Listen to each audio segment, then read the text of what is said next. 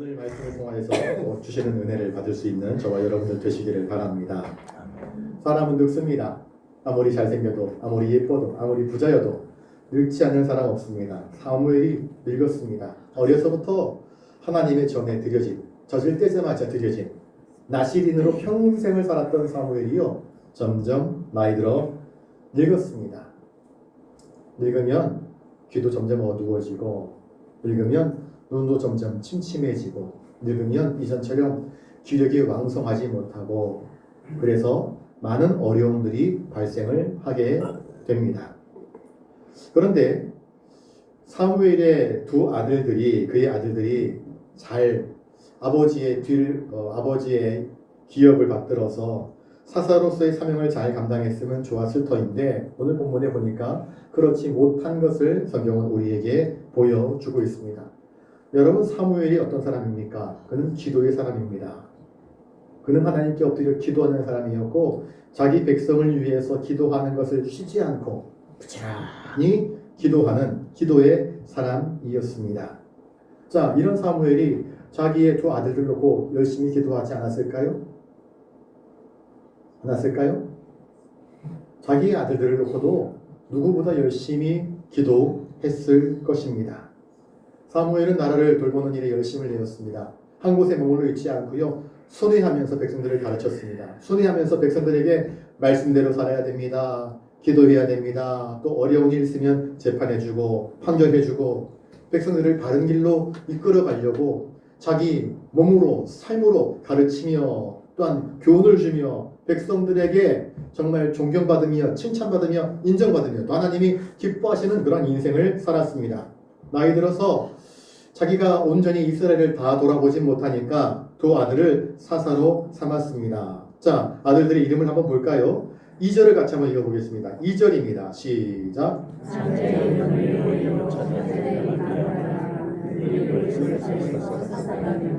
여러분 기억하십시오. 내가 부모가 아무리 훌륭해도요, 자녀는 부모 마음대로 되지 않습니다. 우리 아들 서울대 보내고 싶다, 공부시키고 싶은데 아들이 공부할 의지가 있어야지. 나는 음악하고 싶은데요, 나는 연기하고 싶은데요, 나는 스포츠, 나는 야구, 축구하고 싶은데요, 그래 버리면 아버지가 아무리 서울대 보내려고 해도 모르겠습니다. 축구로 서울대 보낼 수 있을지 몰라요. 그런데 아버지가 꿈꾸는 의사로 서울대 가는 것, 이건 어려운 것입니다. 종종 우리가 착각하는 것이, 아버지의 못다 이룬 꿈을 자녀에게 투사해가지고 넌 이거 꼭 해야 돼, 이건요 부모의 욕망입니다. 그렇게 살면 안 됩니다. 자, 그런데 사무엘은 그런 아버지의 욕망을 자녀들에게 투사한 것입니까? 자녀들에게 심어놓은 것입니까? 그렇지 않아요. 사무엘은 이 아들들의 이름을 짓습니다. 큰아이의 이름은 요엘이었습니다. 요엘은요, 이 말입니다. 하나님은, 우리 여호와는 하나님이시다. 여호와는 하나님이시기에 하나님은 우상을 대적하신다 라는 뜻을 담고 있습니다. 두 가지 의미를 담고 있습니다. 여호와는 하나님, 그러니까 여호와만 하나님, 하나님은 우상을 대적하신다, 그 뜻을 동시에 담고 있습니다. 둘째 아들의 이름은 아비야입니다. 이 말은요, 여호와는 나의 아버지라는 뜻입니다. 하나님은 나의 아버지시라. 자, 아버지와 아들은 얼마나 친밀한 관계입니까? 그러니 이 아이가, 둘째 아들이 하나님을 나의 아버지처럼 친밀하게, 그렇게 하나님과 밀접한 관계를 맺고 하나님의 뜻대로 순종하는 참 아름다운 아들이 되었으면 좋겠다. 신앙이 되었으면 좋겠다. 그리고 하나님이 귀히 쓰시는 인물이 되었으면 좋겠다. 그렇게 해서 큰 아이는 여호와는 하나님이시다, 우상을 대적한다. 둘째 아이는 여호와는 나의 아버지시다, 그런 이름을 지어 주었습니다. 그리고 브엘세바에서 그들을 사사가 되어도 그렇게 이끌어갔습니다. 브엘세바는 언약의 우물이라는 뜻인데, 하나님이 하갈과 이삭과 야곱에게 나타나셨던 그러한 특별한 샘물입니다. 그런데 이 두 아들들이 아버지 뜻대로, 또 하나님이 기뻐하시는 뜻대로, 말씀대로 순종하며 살면 아무런 문제가 없을 터인데, 이 아들들이 아버지의 바램대로, 아버지의 기도대로 그렇게 살지 못하네요. 3절을 같이 한번 읽습니다. 3절입니다. 시작. 그의 아들들이 자기 아버지의 행위를 따르지 아니하고 이익을 따라 뇌물을 받고 판결을 굽게 하니라. 사무엘은 이스라엘에게 있어서는 둘도 없는 소중하고 귀중하고 모범적이며 덕이 되며 본이 되는 그러한 인물이었는데 두 아들들은 아비의 행위를 따르지 않습니다. 아버지의 믿음을 따르지 않습니다. 아버지의 길을 따라 걷지 않습니다. 이상한 길로 가네요. 자기 욕망의 길로 갑니다. 자기가 하고 싶은 대로 길을 걸어갑니다. 자, 3절 하반절에 보시면은요, 이익을 따라갔다 이야기가 있습니다. 이익을 따라갔다. 여러분, 모든 장사치들은요, 이익을 따라갑니다. 여기 10원 더 주겠습니다. 그러면은요, 여러분, 물건 하나는 10원이지만 물건 1000개, 100개, 10,000개가 되게 되면은요, 그거 가치가 달라지지 않습니까? 10원이라도 더 주는데 물건을 팔지요. 100원이라도 더 이익이 되는데 거래를 하지요. 장사치들은 이익을 따릅니다. 그런데 사사 아닙니까? 사사. 사사란 무엇입니까? 백성들의 옳고 그름을 분명하게 가르쳐주고 백성들의 시시비비를 가려주는 재판관의 역할을 하는 것이 사사입니다. 사사는 영어로 저지입니다. 저지. 레프리. 예, 운동 경기에서 심판하지 않습니까? 반칙을 했는데 왜 반칙 안 보냐고 심판합니다. 요새 축구 경기, 야구 경기에서 심판들이 오심이 나오면요, 막 야유도 하고, 그래서 심판이 제대로 판단을 못하면 본부에서 VAR 사인을 줘가지고 와서 VAR 검사를 해봐라. 비디오 판독을 통해서 누가 잘못했는지를 시시비비를 정확하게 가려서 판결을 내주려 주는 일들을 종종 보곤 합니다. 그런데 백성들을 바르게 이끌고 바르게 심판하고 너는 옳고 너는 옳지 않다를 말해 주어야 할 재판관 그 두 아들들이 아버지를 따라서 이건 옳고 이건 옳지 않아. 하나님 말씀에 이것은 바르고 이것은 바르지 않다. 분명히 가르쳐 주어야 할 이 두 아들들이 하나님의 이름과 굉장히 밀접한 관계를 가지고 있는 이 두 아들들이 아버지의 신앙 교육과는 전혀 어긋난 길을 걸어갑니다. 그게 무엇인가? 이익을 따라. 그래서 뇌물을 받았습니다. 뇌물. 여러분 재판관이 뇌물을 받으면 어떻게 됩니까? 재판관이 뇌물을 받는 거는요. 뇌물 수수죄 걸립니다. 뇌물을 왜 줍니까? 나에게 좀 이득이 되게 판결을 내려달라. 내가 불리할 것 같으니까 내가 당신한테 돈 좀 줄 테니까 우리한테 손해가 오지 않도록 재판을 좀 굽게 해달라. 재판이 바르게 내려져야 될 터인데 판결이 바르게 판결을 내리지 않고 재판을요 돈 준 사람에게 이렇게 쑥 이루어지게 그렇게 판결을 내려버리면 억울함이 발생하지 않습니까? 돈이 없는 사람은 억울할 뿐 아니겠습니까? 힘이 없는 사람은 속상할 것 아니겠습니까? 억울한 사람, 속상한 사람이요 그 문제를 해결하지 못하면요 몸에 자살할 수도 있습니다. 애꿎은 사람 생명을 잃게 할 수도 있고요 애꿎은 사람의 인생의 미래를 완전히 짓밟아 버릴 수도 있습니다.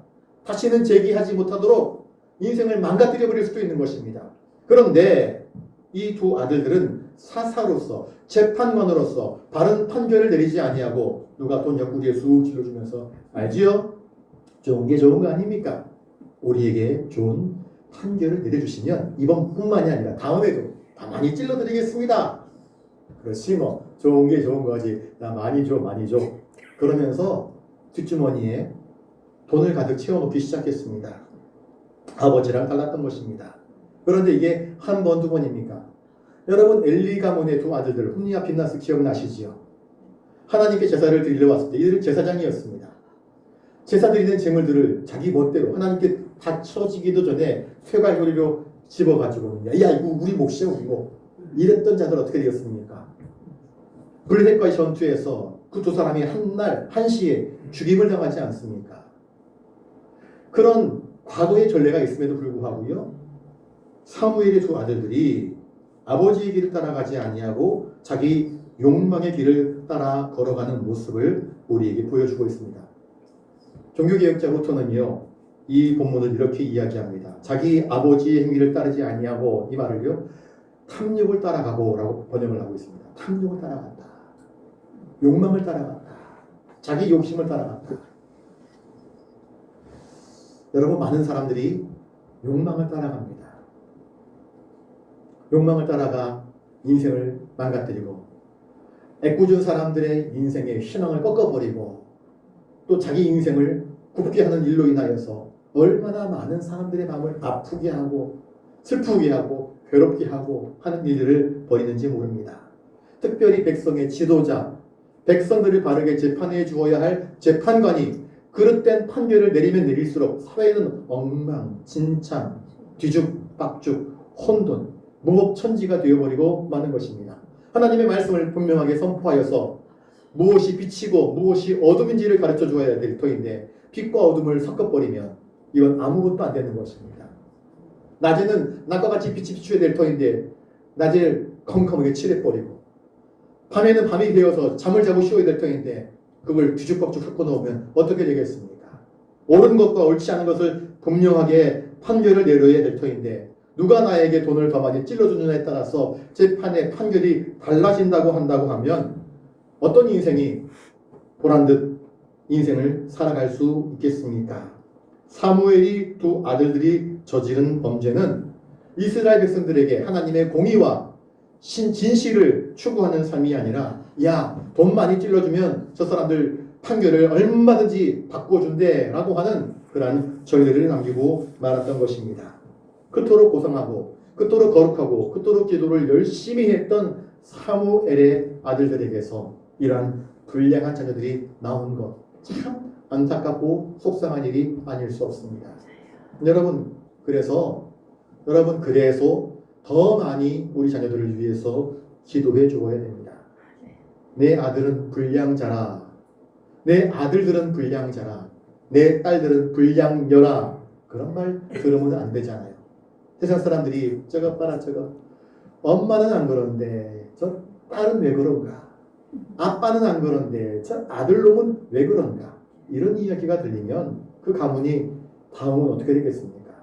가문이요 휙 기울어지지 않겠습니까? 자, 이런 문제가 반복되어서 벌어지니까 어떤 일이 벌어지는가? 4절을 읽습니다. 4절 시작. 예, 두 아들들이 재판을 바르게 하지 않고요. 재판을 자꾸 굽게 하고 왜곡된 판단을 하고 자기에게 이익이 되는, 그래서 분명히 이 사람이 잘못했는데 이 사람은 옳다 이야기하고 이 사람은 의로운데 이 사람은 잘못했다라고 이야기하는 뒤죽박죽의 판결들을 내리고 백성들의 원망, 원성이 자자해지니까 이게 한두 번이 아니라 반복되어지니까 어쩌다 한 번은 실수할 수 있습니다. 인간은 다 누구나 실수할 수 있으니까. 그런데 실수가 반복되다 보면은요, 그 실수가 아니지 않습니까? 의도적인 것 아니겠습니까? 그리고 분명히 돈을 받아 챙기는 일들이 아마 여러 번 노출되었을 것입니다. 그러니 이스라엘 장로들이 쫓아옵니다. 누구에게 쫓아옵니까? 이 두 아들들의 아비된 사무엘에게 쫓아옵니다.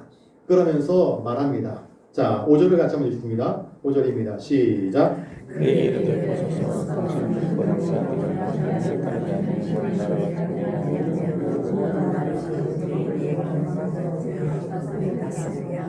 예, 당신은 늙었고 당신의 두 아들들은 당신을 따라서 반듯하게, 바르게, 거룩하게, 의롭게, 공평하게 백성들에게 재판을 내리는 것이 아니라 자신의 욕심을 따라 자기 멋대로 판결을 내리니 이래서야 더 이상 우리가 무엇을 당신에게 기대할 수 있겠습니까? 당신의 날도 이제 얼마 남지 않았으니 다른 나라처럼 우리가 열방을 바라보니까 다른 나라들 보니까 다 왕들이 있다. 그 나라를 지키는 왕들이 있어서 왕이 적들을 향해서 공격하기도 하고 적들이 쳐들어오면 수비하기도 하는데 우리나라는 왕이 없다. 그러니 다른 나라, 모든 나라와 같이 우리에게도 왕을 세워서 그 왕이 우리를 다스리게 했으면 좋겠다. 당신 못 믿고 당신의 두 아들들 더 이상 우리가 믿지 못하겠다. 그렇게 말하고 있습니다. 구실은 분명합니다. 당신의 두 아들들이 바르게 판결을 내리지 않고 당신의 행위를 따르지 않고 불성실하고 불공평하고 불의한 판결을 계속해서 내리고 있으니 우리가 당신의 두 아들들에게 무엇을 기대할 수 있겠느냐. 그리고 당신도 이제 수명이 얼마 남지 않았는데 당신의 두 아들들이 이 백성들을 다스리게 되게 되면 우리는 다 망한다. 그러니 다른 나라처럼 우리도 우리 눈에 보이는 왕을 세워 주었으면 좋겠다라고 이야기하고 있습니다. 여러분 기억하십시오. 여태까지 하나님께서 사사를 보내가지고 이스라엘 백성들을 다스렸습니다. 하나님만이 이스라엘 백성들의 진짜 왕이십니다. 눈에 보이지 않지만 하나님은 왕 중의 왕이십니다. 눈에 보이지 않지만 하나님은 우리의 창조주이십니다. 눈에 보이지 않지만 하나님은 우리의 아버지이십니다. 나의 아버지를 지으신 분이 하나님이시고요. 나의 아버지의 아버지를 지으신 분이 하나님이십니다. 아멘. 여러분, 내가 모태에서 태어날 때 내 운명을 내가 결정지었습니까? 우리는 빚어진 존재입니다.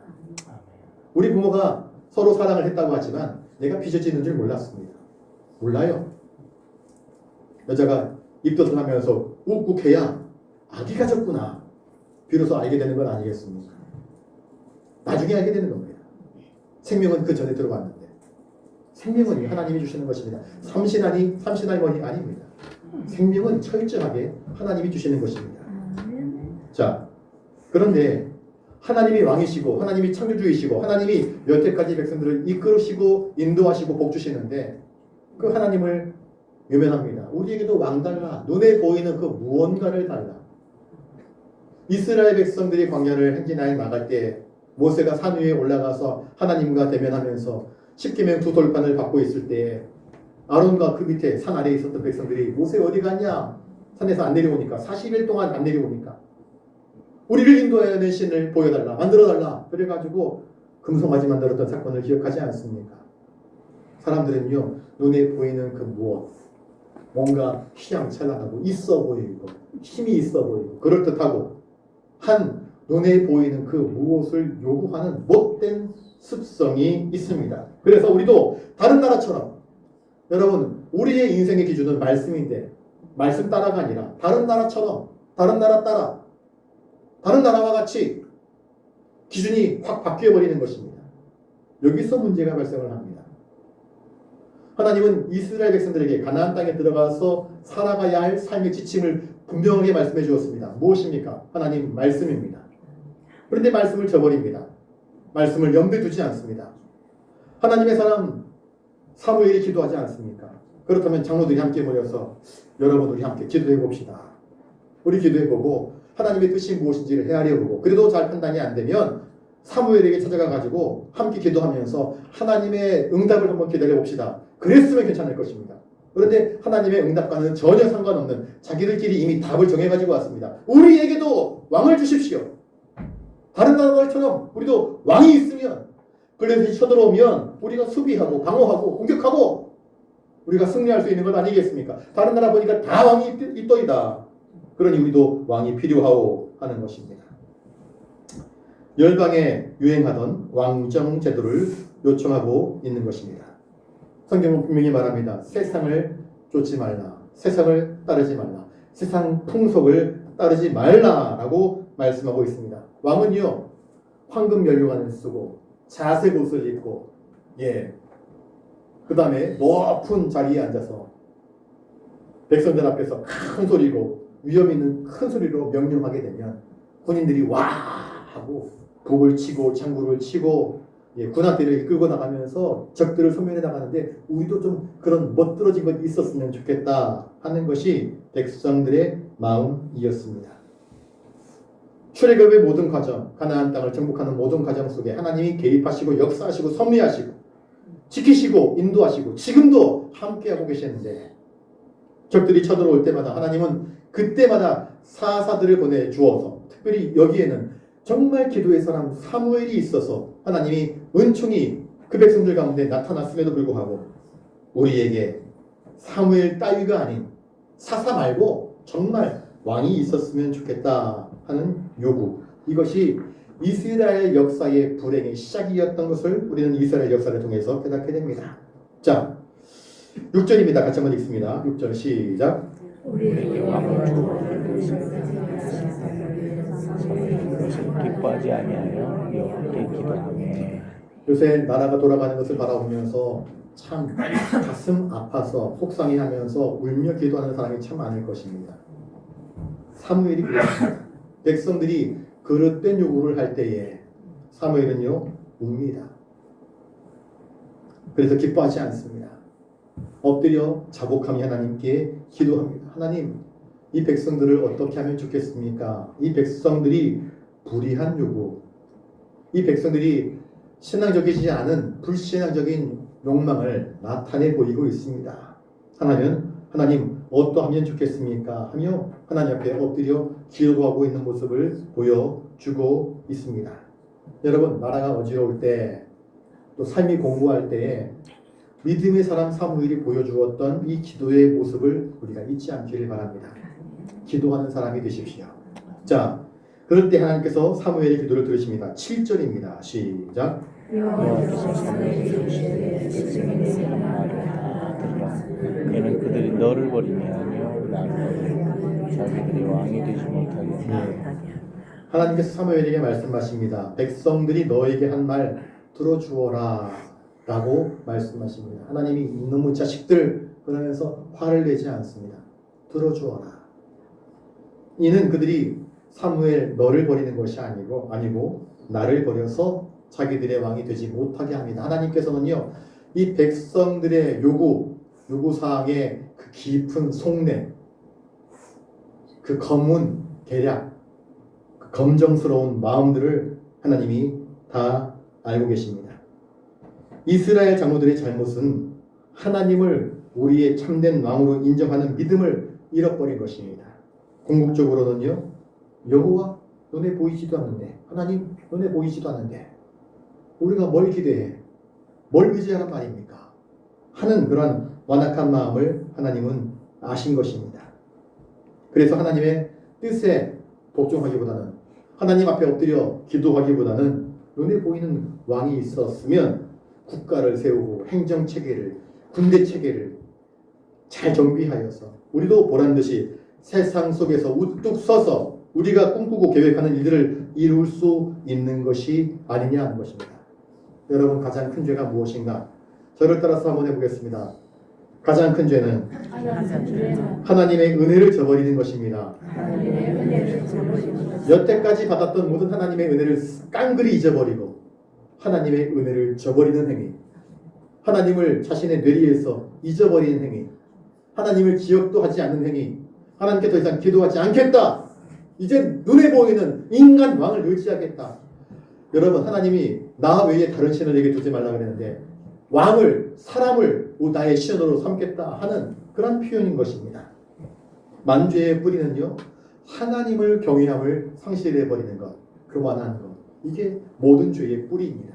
하나님을 잊어버리는 것. 그래서 하나님을 거역하여서 죄 범하는 것을 두려워하지 아니하고 껄렁껄렁대면서, 야, 당신만 왕이냐? 우리 눈에 보이지 않는 왕 필요 없다. 눈에 보이는 왕을 세워달라 하는 것입니다. 그들은 뜻을 합하여서 하나님께 엎드려 기도하지 않았습니다. 그러니까 처음부터 신앙적이지 않았습니다. 우리가 일처리를 해나가는 데 있어서 하나님을 찾는 데서부터 모든 일에 이 문제의 해결이 시작되는데, 하나님을 찾지도 하나님을 구하지도 않는 그런 모습들 속에서 이들은 전혀 신앙적이지 않았습니다. 철저하게 눈에 보이는 어떤 제도를, 그것도 세상 방식을 따라서 구하는 완악한 모습을 우리에게 보여주고 있습니다. 자, 8절입니다. 같이 읽습니다. 시작.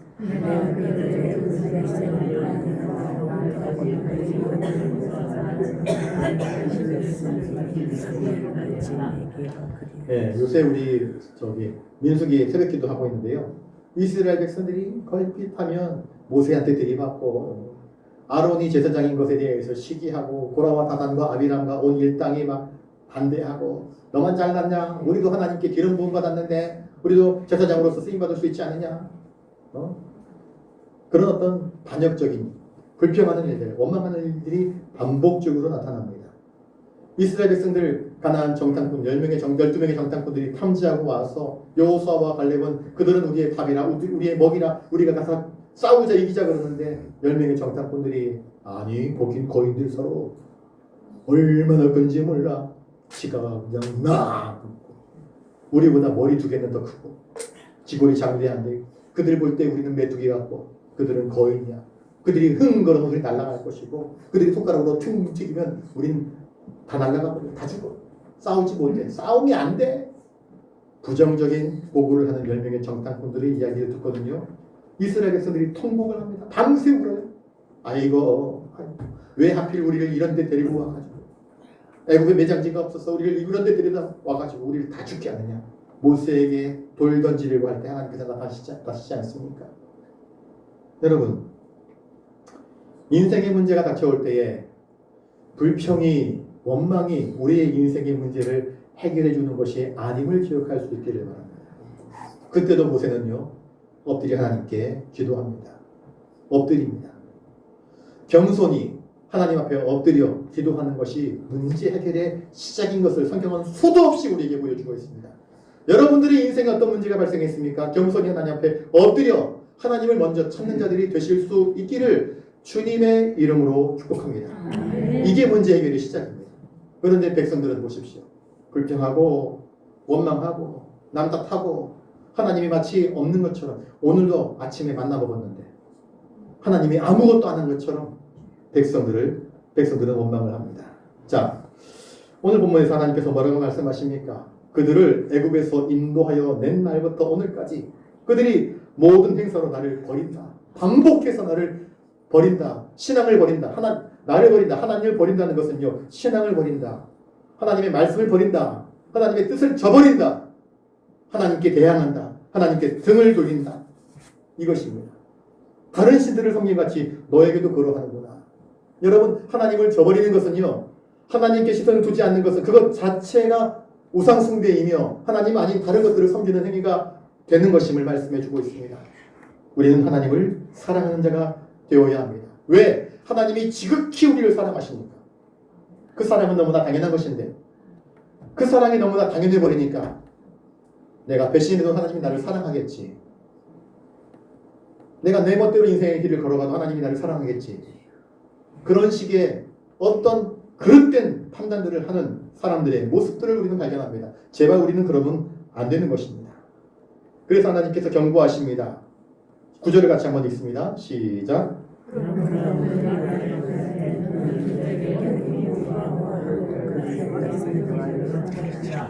여러분, 하나님의 유기, 그들의 손 들어줘라.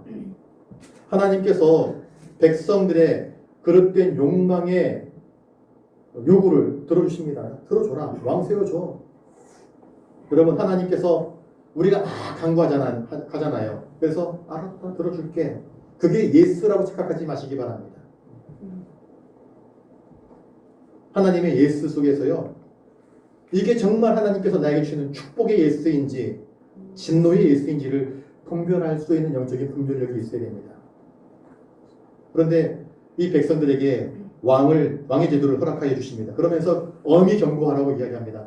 왕의 제도가 장차 너희 자식들을 어떻게 할 것인지, 왕이 세워지게 되면 왕의 밑에 시녀가 들어가야 됩니다. 너희 딸들이 시녀가 될 것이다. 왕이 세워지게 되면 군인들이 세워지게 될 터인데 군인으로 착출되어서 왕궁을 보호하고 왕의 수호부대가 될 것이고 또 특공대가 될 것이고 또 군인들이 되게 되면 몇 년 동안 공공을 하게 될 것이다. 그런 것들을 엄히 알려주어라. 왕의 제도란 그런 것이다. 왕이 명령 한마디 하면 이길지도 모르고 질지도 모르는 그 전투에 왕의 명령 한마디 때문에, 작전 명령 하나 때문에 살 수도 있고 죽을 수도 있다. 이런 것들을 엄히 경고하고 알려주어라. 하나님은 넉넉히 이 백성들을 심판하시고 멸하실 수 있는 하나님이심에도 불구하고요, 백성들에 대해서 길이 참으십니다. 그래, 너희들 뜻대로 한번 해봐. 탕자가 아버지한테 요구하잖아요. 아버지 재산 주세요. 나 할 수 있어요. 나 밖에 나가서 대박 터뜨릴 거예요. 공장 짓고 투자하고 하면은 아이고 이렇게 째째하게 내가 인생 안 삽니다. 아버지보다는요 2배, 3배, 10배 더 잘 살 수 있습니다. 아버지 유산 좀 미리 좀 땡겨주세요. 아버지가 허락해 주지 않습니까? 그 아버지의 허락이 어떤 허락이었을까요? 피눈물 나는 허락 아닙니까? 아들이 아버지 말을 아예 안 듣습니다. 안 주면 죽겠다 그러니까 주긴 줍니다. 그리고 어떻게 됩니까? 허랑방탕하여서 쫄딱 망하지 않습니까? 사무엘은 백성들이 왕을 갖게 될 때에 첫째, 왕의 통치하에서 너희들은 원치 않는 군 복무 제도들을 감당하게 될 것이다.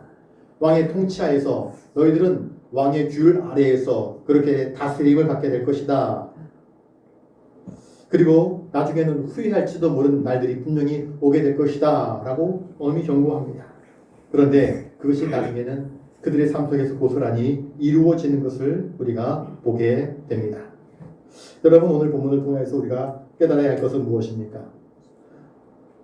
기도가 있고요.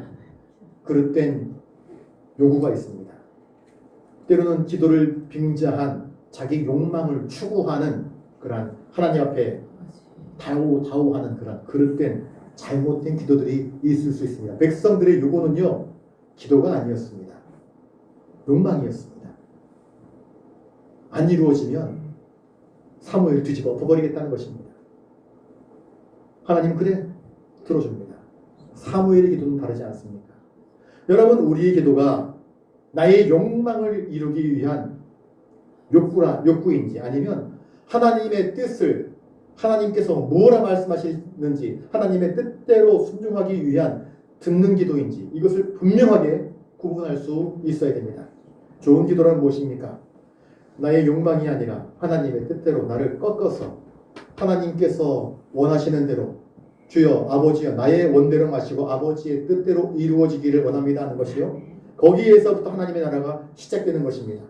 그렇지 않고 나의 욕망을 죽었다 깨도 하나님 나 이루어야 됩니다 하는 것은요, 하나님의 나라가 이루어지는 것이 아니라 나의 욕망이 나의 삶을 먹칠하기 시작하는 것이라는 것을 성경은 오늘 우리에게 분명히 보여주고 있습니다.